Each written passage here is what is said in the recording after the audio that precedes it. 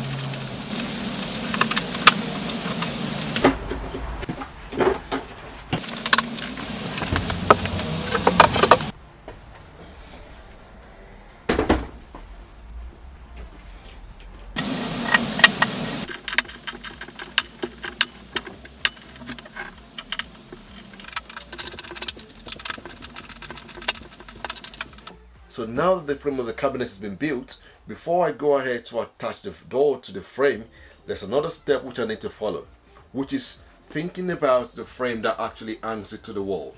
So Ikea designed this particular cabinet such that you can have multiple, or you can have customized different sizes, and you can still place them and join them all together. In order for that to be possible,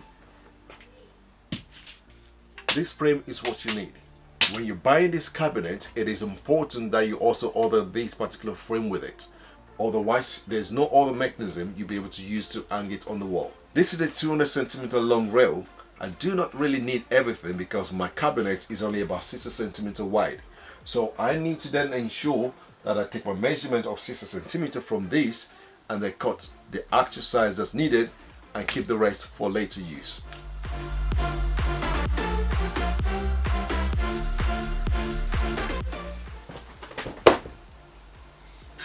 Where do I start from?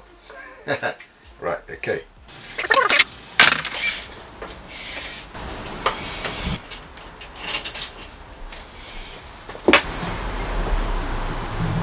I find this tool really useful because it can cut through metal very smoothly.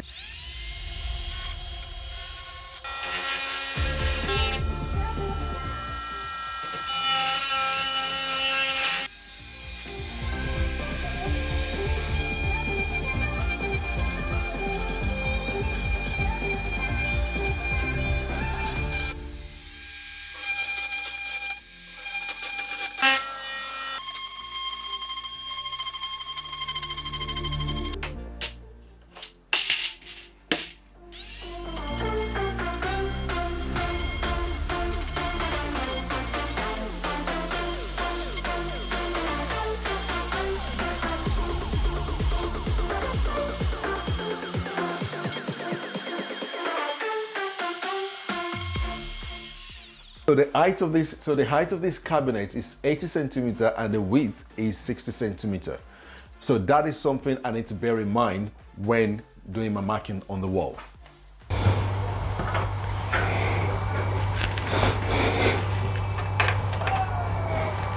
So this is my 8 centimeter height. I've also left just about 1 centimeter between the backsplash and the cabinet itself.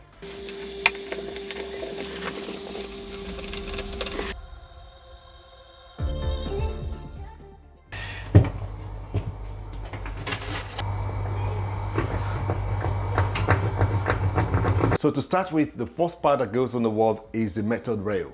This is going to be the main anchor upon which this cabinet will be hung. So for accurate measurement and as a good practice, I advise that you place the metal rail on the back of the cabinet itself, this way.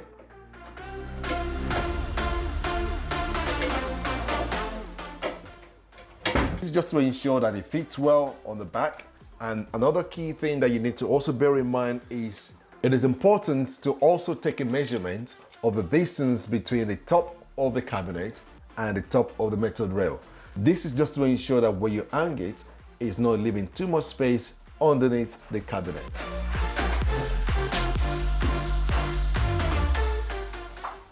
Three centimeter.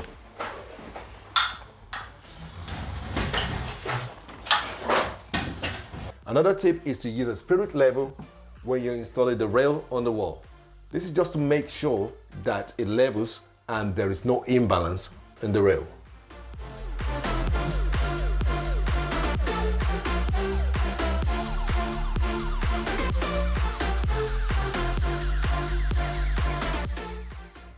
Also for this installation, because I'm installing on a plasterboard, I've decided to use a metal screw plug as my attachment for this particular job.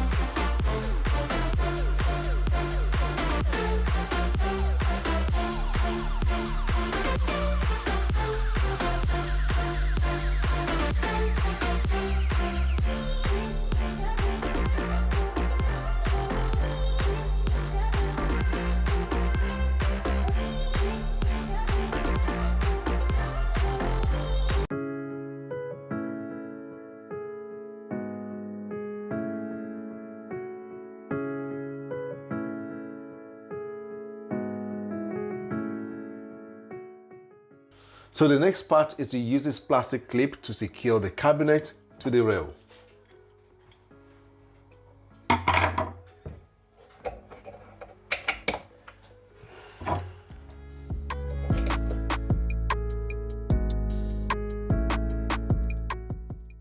That locks the cabinet in place and it prevents from moving to the left or to the right. Now that is very solid.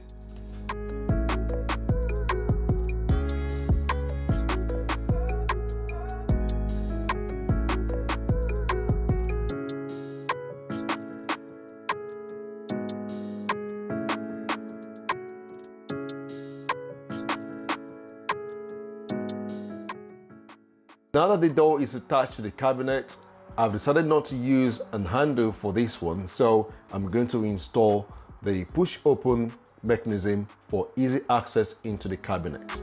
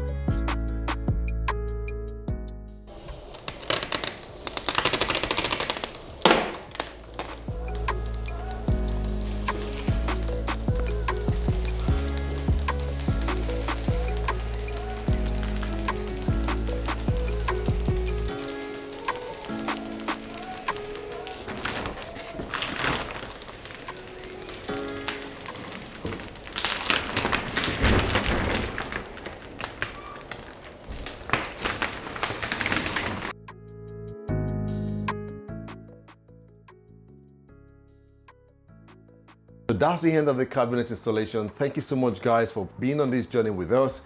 This video is part of the storage solution series, and if you're new on this channel, don't forget to subscribe, give us a thumbs up, like, share, and perhaps leave a comment if there's anything you'd like to see in our next video.